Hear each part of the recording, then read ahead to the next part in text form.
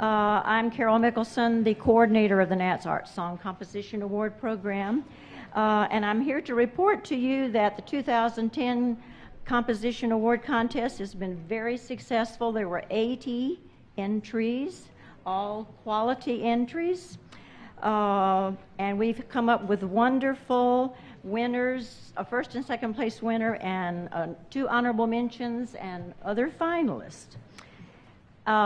Before presenting it, I would like to thank a few people. There are many people who need thanking, of course, but of course it's the National Office staff who do so much of the work, Alan and everyone else who works there.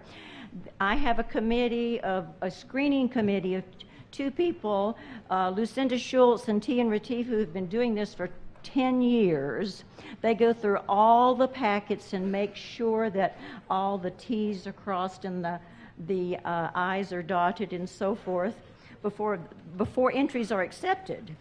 And then, of course, I'd like to thank the preliminary judges. The 3 preliminary judges for the 2010 competition are, and I'm going to refer to them as saints. It's Saints Catherine Eberly Fink, who teaches at the University of Iowa, Brian Horn, who teaches at Indiana University, Bloomington, and is the treasurer of the NATS Foundation, and the teacher of the first place winner last night, and Christina Howell, who teaches at Clayton State University in Morrow, Georgia. They have to listen to every one of these entries, and it takes weeks and months, and it's a difficult task, and I really appreciate their wonderful work. And this year, our final judge was Tom Chiapullo, whom, as you know, was the winner of the 2008 NATS Composition Award Contest. He only heard the 12 finalist scores, and this is what Tom said of all 12. He said that they're all precious jewels worthy of our hearing.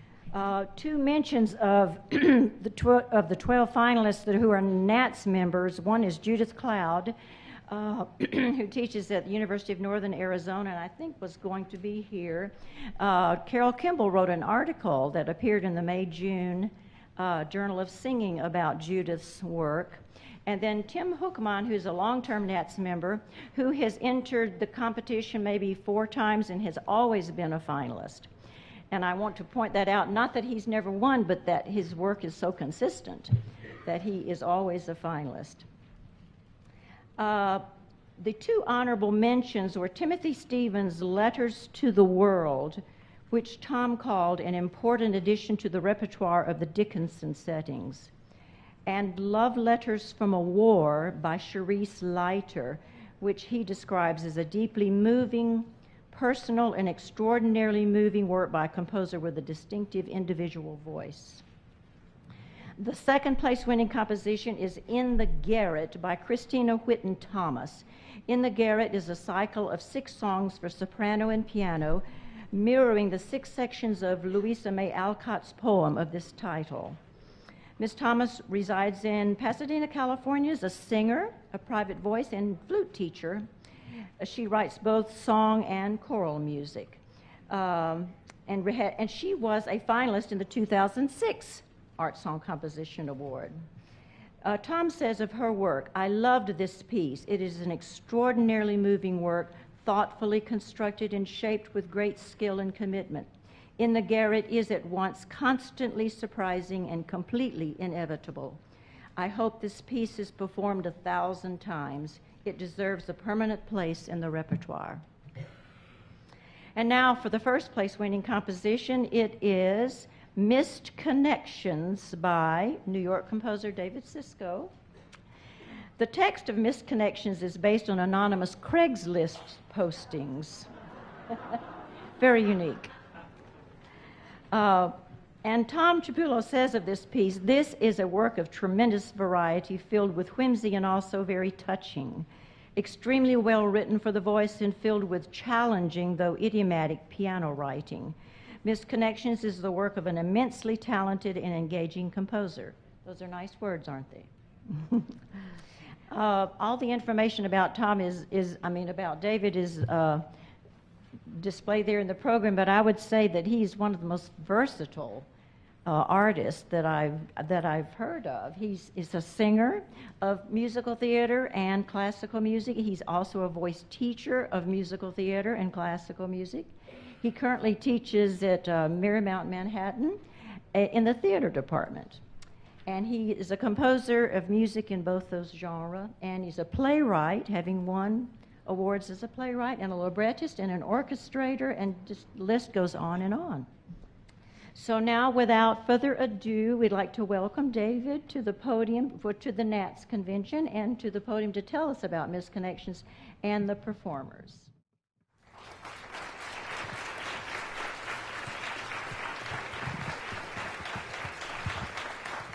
Thank you. Good afternoon. I am so incredibly honored to have this opportunity to share my music with you. Being both a voice teacher and an active performer, I have a full appreciation of what this award means, and just wanted to take a moment also to thank some people, Alan Henderson, certainly Carol Mickelson and all of her staff, Joan Adams, Deborah Guess, the adjudicators, and all those affiliated with this wonderful, wonderful award. I find that composers' reflections on their work are often as enthralling as sitting through a slideshow of a friend's family vacation, so I will try to keep my comments very brief. As some of you may know, Misconnections is a posting site on Craigslist.com where people can try to reconnect with those they met spontaneously in a park or a restaurant or a subway. It's a whole world unto itself, which is probably why it enticed me to create a song cycle around it. While the universal themes of longing and voicing private thoughts bind the songs together, the varied texts allowed me to use multiple musical idioms from classical to contemporary pop. I also found this an attractive idea because the younger generation can relate to these texts while, perhaps unbeknownst to them, being drawn into one of the most intimate and transformative musical genres, the art song. I'm lucky to have had a muse for this song cycle, my dear friend Elizabeth Mondragon, who will be singing this afternoon's performance. You will see why I've written for her for over 10 years. She is a wonderful technician and is innately expressive. I'm also incredibly grateful to Dr. Andrew Adams, who is a fierce pianist and phenomenal collaborator, two prerequisites for this song cycle. I have just one final thought to share. Several years ago, I attended a panel discussion on political theater, and someone in the audience asked John Patrick Shanley, who of course wrote the play and screenplay of Doubt, if he thought theater was dying. And Shanley said, look, the theater will never die. It'll never be well, but it'll never die. And I don't know about you, but I feel very much the same way about contemporary art song. And yet, I think we have a unique opportunity here to make sure that contemporary art song takes an even more prominent place in the canon of great vocal literature. If you have not already, I would ask you to ask your students, your young voice students, to find a composer to write for them for their undergraduate or graduate recitals. We need each other, don't we? Our young students need to know what it's like to create a piece, something they can't find a recording of on YouTube, thank God. Can I get an amen on that, okay? Right. And they need to know what it's like to collaborate with a composer. And our young composers need to know what it's like to tailor a piece to a particular voice and to learn how to intelligently set text. And besides, you just never know when a singer and composer will develop in a relationship, an abiding relationship like the one I've been blessed to have with Elizabeth for these many, many years. Thank you so much for this honor. I am deeply grateful.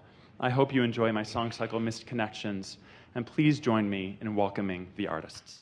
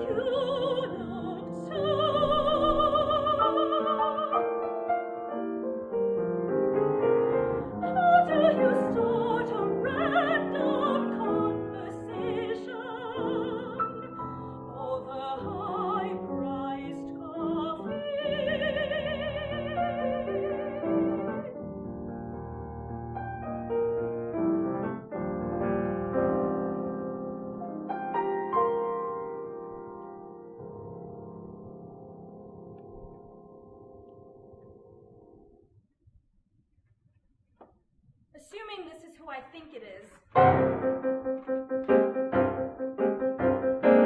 You never try to understand. I tried like hell. I've been trying to say goodbye for a long time. You never had anything for me in the first place, and said so yourself.